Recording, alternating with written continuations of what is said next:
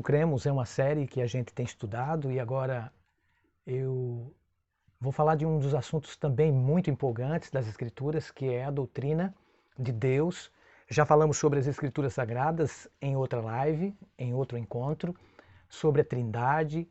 A última eu falei sobre Deus, o Pai, e agora vamos entrar na quarta crença da doutrina da Trindade, né, que fala sobre a doutrina de Deus Filho. Eu gostaria da atenção de vocês nesse momento, em poucos minutos que temos, para falar dessa empolgante, fantástica profecia bíblica a respeito de Deus Jesus Cristo, o Filho. Ele encarnou-se, né, em Jesus Cristo. Por meio dele foram criadas, diz a Escritura, todas as coisas. É revelado o caráter de Deus, efetuada a salvação da humanidade e julgado o mundo inteiro. Sendo para sempre verdadeiramente Deus, ele se tornou também verdadeiramente homem, Jesus Cristo. Foi concebido do Espírito Santo e nasceu da Virgem Maria. Viveu e experimentou a tentação como ser humano, mas exemplificou perfeitamente a justiça e o amor de Deus. Por seus milagres manifestou o poder de Deus e atestou que era o Messias prometido por Deus pelos profetas do Antigo Testamento. Ele morreu voluntariamente na cruz do Calvário por nossos pecados e em lugar foi ressuscitado dentre os mortos e ascendeu para ministrar no santuário celestial em nosso favor. Virá outra vez em glória para o livramento final de seu povo e a restauração de todas as coisas. É empolgante ou não é? Você que me assiste através das plataformas do YouTube e Facebook, estamos falando acerca de um Deus poderoso. É Ele mesmo, Jesus Cristo, o Deus Filho. E durante esses minutos poucos que teremos, falaremos mais um pouquinho sobre este Deus maravilhoso encarnado, que se tornou um conosco, veio aqui para nos dar a vida e vida eterna. Lá no Antigo Testamento, o povo de Israel foi considerado o povo escolhido por Deus para espalhar as boas novas de vida eterna, para falar sobre o Messias vindouro. E lá, enquanto o povo estava no deserto, né, com o seu líder Moisés, por sinal, o maior líder que o povo de Israel já teve, meu querido ouvinte, já teve, minha querida ouvinte, meu irmão, minha irmã, em todos os tempos. Então Moisés, ele se deparou juntamente com o seu povo de algumas crises. Ele estava enfrentando algumas crises. E uma crise veio naquele momento tão terrível, que foi a crise das serpentes abrasadoras. Isso mesmo, que estavam matando o povo de Deus nos dias do Antigo Testamento. O deserto, ele convertera-se naquela ocasião num verdadeiro pesadelo de víboras ardentes. As serpentes enroscavam-se debaixo das panelas, enrodilhavam-se nas estacas das tendas de Israel, esgueiravam-se por entre os brinquedos das crianças e aguardavam quietamente entre as esteiras de dormir. Suas presas aterravam-se profundamente na carne das pessoas israelitas, injetando veneno mortal. Olha que situação o povo de Israel se encontrava. O deserto, que em ocasião anterior havia sido o refúgio para o povo de Israel, tornara-se agora a sepultura do povo. Centenas, eu falo centenas, jaziam mortos por causa das serpentes. Percebendo então a sorte que os aguardava, os pais, aterrorizados, correram à tenda de Moisés suplicando por auxílio. Então Moisés orou pelo povo, diz Números capítulo 21, verso 7. Qual foi a resposta de Deus? Deus então olhou para Moisés e disse: Moisés, modele uma serpente metálica. Isso mesmo. E pendure-a bem alto, de modo que possa sobreviver todo aquele que a contemplar. Moisés foi, obedecendo à voz de Deus, fez uma serpente de bronze, pôs-se sobre uma haste, sendo alguém mordido por alguma serpente, se olhava para a de bronze, seria curado. Números 21, verso 9. Então a serpente sempre simbolizou a Satanás. Isso está registrado nesse livro sagrado, no capítulo 3 de Gênesis, e também no último livro, o Apocalipse, capítulo 12, quando fala da antiga serpente, que se chamava Diabo, que se chama Satanás, o sedutor de todo o mundo. Então a serpente sempre simbolizou o diabo. Acontece que o acampamento havia caído nas garras de Satanás, de fato. Qual foi o remédio de Deus para aquela ocasião? Deus não ordenou que se olhasse para um cordeiro ou para o altar do santuário, e sim para uma serpente de metal. Aquele era um estranho símbolo para Cristo. Você não acha?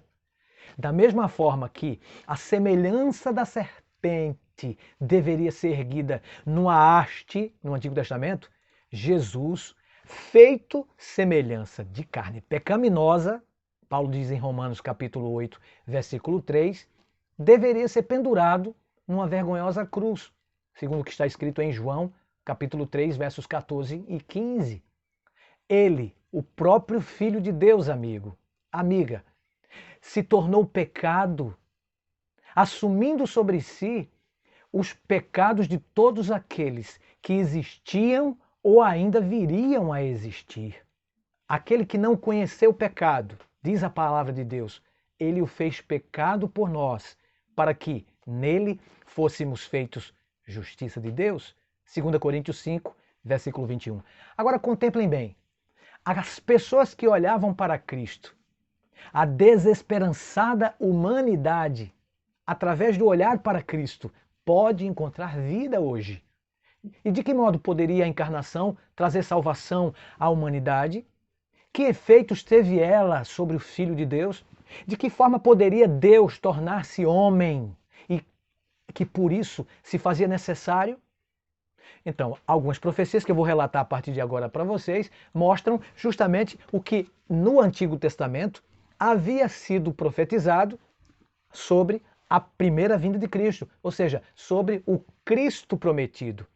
O plano de Deus para resgatar aqueles que se haviam desviado de seu conselho plenamente sábio foi de forma demonstrada, convincentemente, o amor de Deus de forma tão estranha, através da vinda do seu Filho e da própria morte do Cordeiro de Deus que havia livrado o ser humano do seu pecado.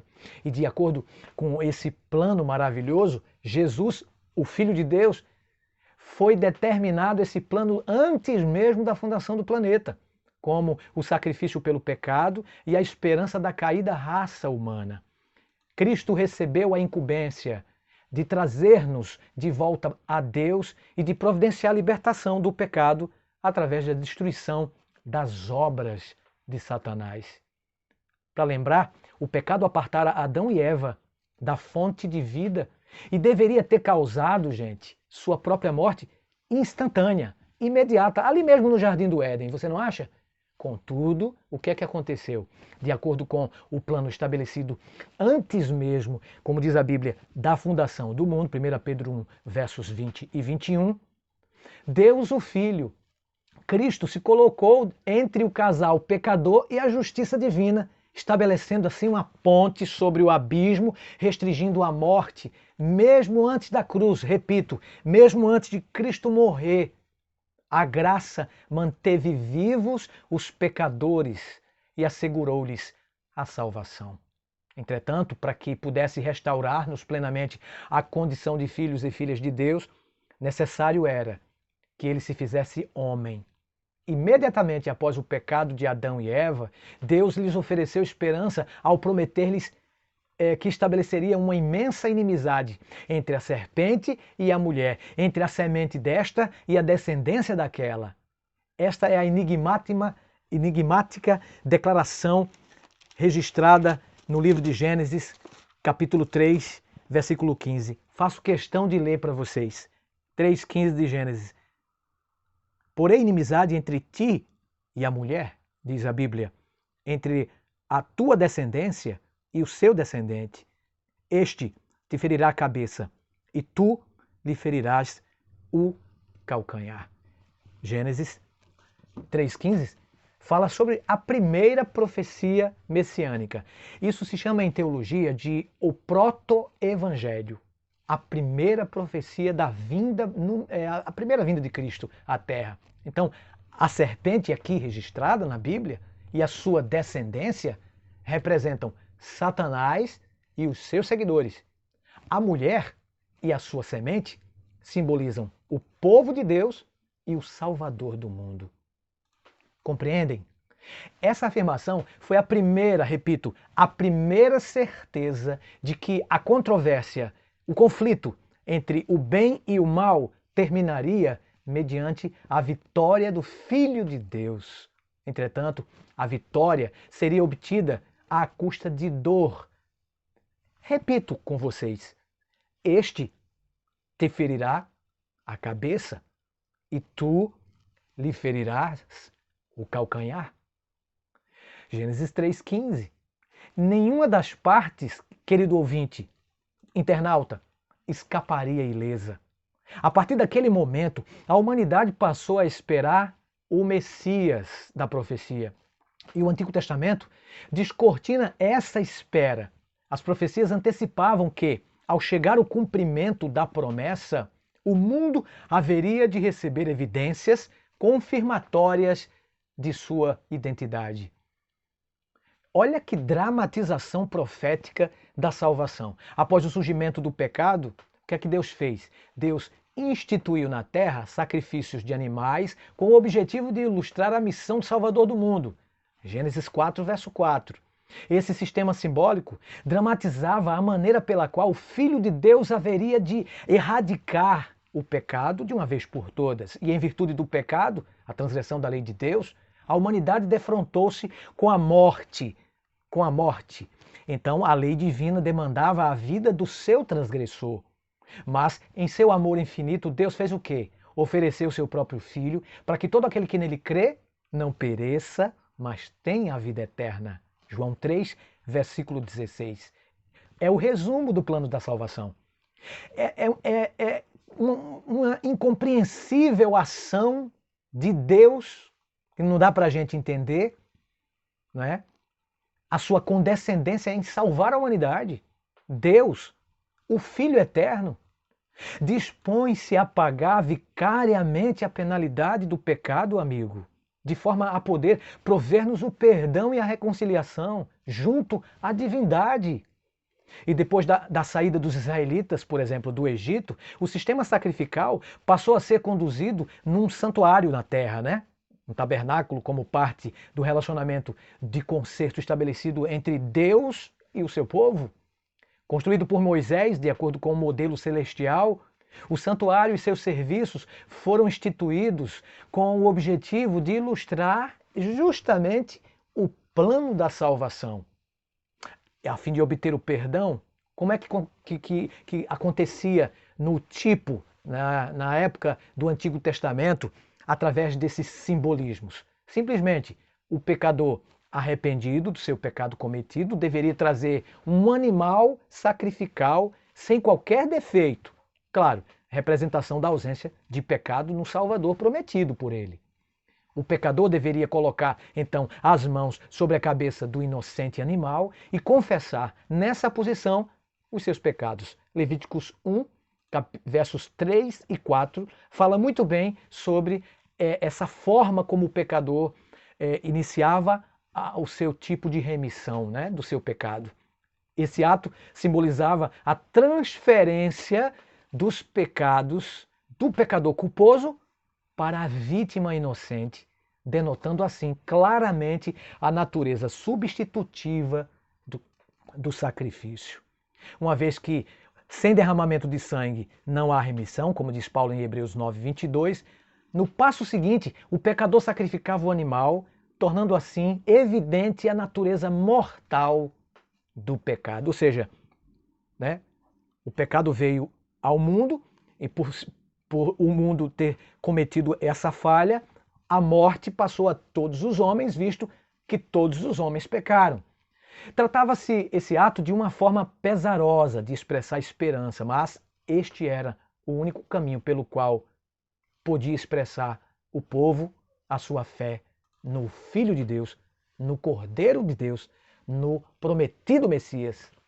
E depois da ministração sacerdotal, o pecador recebia o perdão dos pecados por intermédio da fé manifestada no sacrifício substitutivo que a morte do vindouro Salvador representaria, ela que era simbolizada pelo animal oferecido em sacrifício. É importante analisar que o Novo Testamento reconhece a Jesus Cristo, o Filho de Deus, como o Cordeiro de Deus que tira o pecado do mundo, João 1,29. E através de seu precioso sangue, como de cordeiro, sem defeito e sem mácula, ele obteve para a raça humana a redenção da penalidade última do pecado. Interessante, amigo e amiga que me assiste pelo YouTube, pelo Facebook, você que está me ouvindo nesse momento, predições concernentes a um Salvador, Deus já havia feito lá nos tempos do Antigo Testamento como o Salvador que viria, ou o Messias, ou o ungido, etimologicamente a palavra quer dizer isso, que viria através da linhagem de Abraão. A Bíblia diz, multiplicarei a tua descendência, serão benditas todas as nações da terra, Gênesis 22, 17 e 18. Isaías profetizara que o Salvador vindouro nasceria como criança do sexo masculino. E fala que a sua natureza divina seria também, quando se tornasse gente como a gente, teria também uma natureza humana. Aliás, é um mistério que a nossa mente limitada, né, gente, não pode entender a encarnação de Cristo. Como é que um Deus todo-poderoso, né, se torna gente, vem a este planeta como ser humano? É um mistério, né? É um mistério. Mas isso já estava profetizado 700 anos antes de Cristo nascer, nos seguintes termos: porque um menino nos nasceu, um filho se nos deu. O governo está sobre os seus ombros e o seu nome será Maravilhoso Conselheiro, Deus Forte, Pai da Eternidade, Príncipe da Paz. Isaías 9, versículo 6. Que promessa gloriosa, gente! Esse Redentor haveria de ocupar o trono de Davi e estabelecer um sempiterno governo de paz. Isaías 9, verso 7. Belém Efrata seria o local exato do seu nascimento, registrado há centenas de anos antes disso acontecer pelo profeta Miqueias, no capítulo 5, versículo 2. Esse nascimento do ser divino humano seria sobrenatural. Aí, citando o capítulo 7 de Isaías, no verso 14, o Novo Testamento declara: eis que a virgem conceberá e dará à luz um filho, e ele será chamado pelo nome de Emanuel, que quer dizer Deus conosco. A propósito, que nome bonito, não é? Mateus 1, verso 23. Ele é Deus entre nós. A missão dele acha-se expressa nas seguintes palavras: o Espírito do Senhor está sobre mim, porque o Senhor me ungiu para pregar boas novas aos quebrantados, enviou-me a curar os quebrantados de coração, a proclamar libertação aos cativos e a pôr liberdade aos algemados, a pregoar o ano aceitável do Senhor e o dia da vingança do nosso Deus, a consolar todos os que choram. Isaías 61, verso 1, com referência a Lucas capítulo 4, versos 18 e 19, que foi o próprio Cristo que mencionou essas palavras, cumprindo justamente naquele dia, maravilhosamente, o cumprimento da profecia nele mesmo. E o mais espantoso, irmãos, é que o Messias sofreria rejeição. Ele seria percebido como uma raiz fora da terra seca. Olha o que o profeta Isaías fala a respeito dele no capítulo 53 do mesmo livro. Não tinha aparência, nem formosura. Olhámo-lo, mas nenhuma beleza havia que nos agradasse. Olha só que texto magnífico. Era desprezado e o mais rejeitado entre os homens, e dele não fizemos caso. Isaías 53, 2 e 3. A Bíblia diz que um dos seus mais íntimos amigos haveria de traí-lo. Salmo 41, 9. Em troca de apenas 30 peças de prata. Zacarias 11, verso 12. E durante o julgamento, ele seria cuspido, seria açoitado, Isaías 56. Os seus executores lançariam sorte sobre as suas roupas. Nenhum dos seus ossos deveria ser quebrado, Salmo 34, verso 20. Mas o seu flanco, o seu lado, né, como diz a Escritura e a Bíblia confirma isso, né? A história, né, a arqueologia confirma isso. O seu lado seria perfurado, Zacarias 12, verso 10. Durante os maus tratos, ele não se oporia. Antes, como o cordeiro foi levado ao matadouro, e como ovelha muda perante os seus tosqueadores, ele não abriu a boca. Isaías 53, verso 7. Amigo, o inocente Salvador sofreria imensamente pelos seus e pelos meus pecados. Ainda diz o profeta messiânico, certamente ele tomou sobre si as nossas enfermidades, foi traspassado pelas nossas transgressões e moído pelas nossas iniquidades. Olha, o castigo que nos traz a paz estava sobre ele, e pelas suas pisaduras fomos todos sarados. O Senhor fez cair sobre ele a iniquidade de todos nós, porquanto foi cortado da terra dos viventes, e por causa da transgressão do meu povo foi ele ferido. Isaías 53, 4 a 8. O Salvador, ele foi identificado.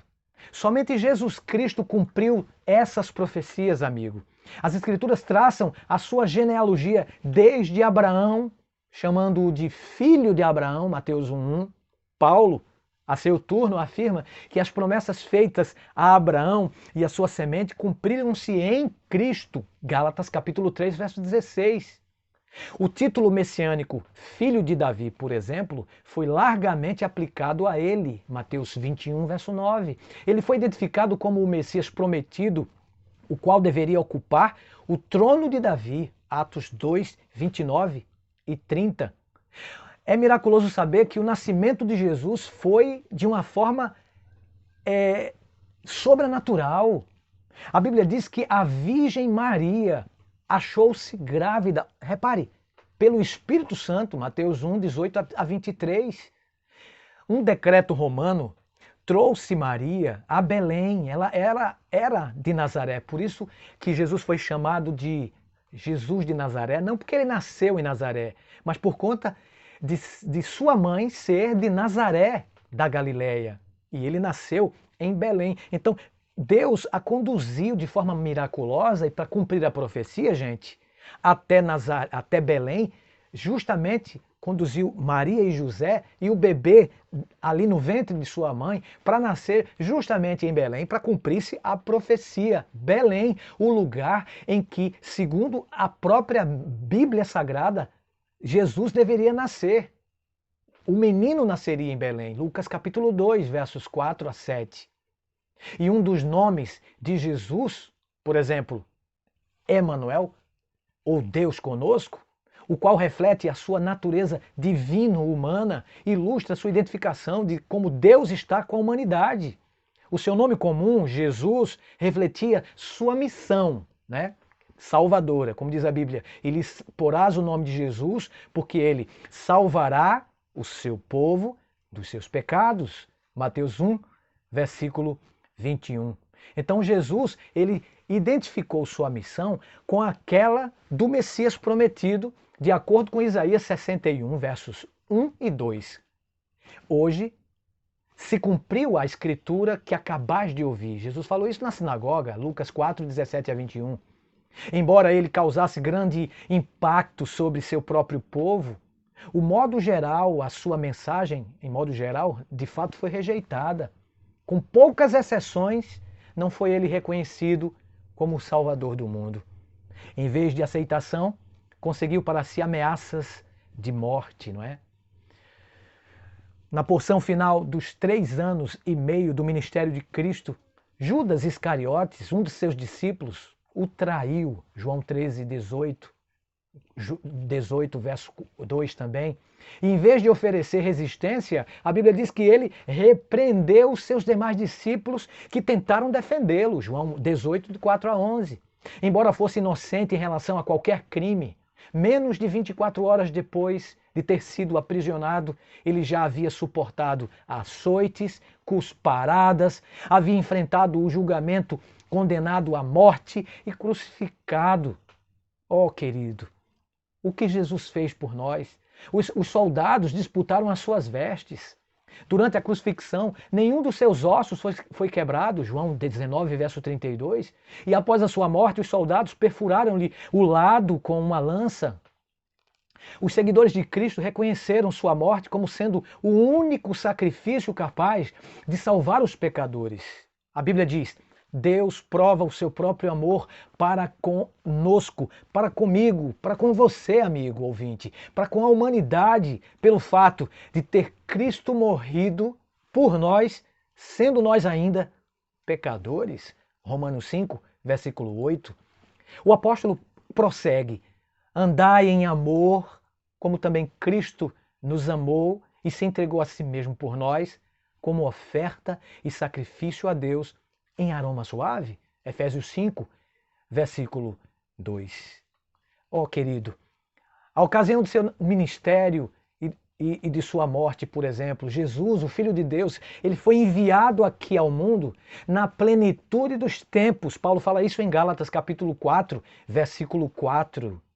Ao começar seu ministério, Cristo proclamou: o tempo está cumprido e o reino de Deus está próximo. Oh, querido, a Bíblia toda menciona sobre Jesus. Afinal, este livro tem alguém como personagem central. E esse personagem central é o Deus maravilhoso. O Deus que se fez carne e habitou entre nós. O Deus triuno, o Pai, o Filho e o Espírito Santo. Antes da fundação do mundo, eles em reunião planejaram a salvação da humanidade. Um da Santíssima Trindade, do triuno Deus, dos três, chamado o Filho de Deus, Jesus Cristo, ele veio, claro, conforme o acordo daquela reunião celestial, para salvar a você e a mim, pecador, pecadora. Todos somos pecadores. Então o que acontece? Conforme as profecias do Apocalipse, conforme as profecias do Gênesis, conforme as profecias da Bíblia, Jesus ele veio, diz o apóstolo João, ele se fez carne, no princípio ele estava com Deus, no princípio ele era Deus, e o que é que aconteceu? Um milagre que a gente não pode explicar, apenas aceitar pela fé. Isso mesmo, a encarnação foi um milagre de Deus para com a humanidade pecaminosa. Só haveria possibilidade de salvação através do Messias vindo aqui na terra para morrer no meu e no seu lugar. De outra forma, estaríamos perdidos, fadados à perdição, ao fracasso. Então Jesus veio e se fez carne, conosco. Conosco. Mas veja só que mistério que a gente não pode entender. A encarnação é um mistério, assim como a Trindade é um mistério. A encarnação é um mistério. Como pode Deus vir ao mundo e tornar-se um conosco? É um mistério, não dá para a gente entender. Dá para a gente aceitar, porque a história corrobora com as Escrituras. E a história mostra que um dia um homem veio à Terra e morreu no nosso lugar. E a profecia chama esse homem de Deus Filho. Jesus Cristo é um mistério, é um milagre. Eu posso ouvir um amém, eu posso ver um amém aí no Facebook e no YouTube, aí onde você estiver ouvindo, aí onde você estiver vendo. Amigo, um mistério. Deus encarnando-se. Deus se fazendo homem. Então, quando ele se faz carne e habita entre nós, nós não vemos agora metade Deus e metade homem. 50% Deus, 50% homem. Não, nós vemos totalmente homem, totalmente Deus, 100% homem, 100% Deus. Isso quer dizer o quê? Um milagre da encarnação para salvar a você e a mim, querido ouvinte. Então, isso quer dizer o seguinte: Deus, ao se tornar homem, a sua humanidade não se divinizou e nem a sua divindade se humanizou. É complexo, é profundo, mas esta profundidade desceu aqui ao planeta e veio para libertar-nos do pecado que nos destrói, amigo ouvinte, amiga ouvinte. Deus nos salvou. Ele veio em pessoa. Ele se fez carne, habitou entre a nossa gente humana. Mas ele morreu para nos dar vida eterna. Ele ressuscitou ao terceiro dia. Ele passou ainda 40 dias com os discípulos aqui. E após os 40 dias de estada na terra, após sua ressurreição, ele ascendeu para o Pai. Mas ele prometeu, antes de subir, eu voltarei, João capítulo 14, versos 1 a 3, e virei novamente para levar vocês para a minha casa.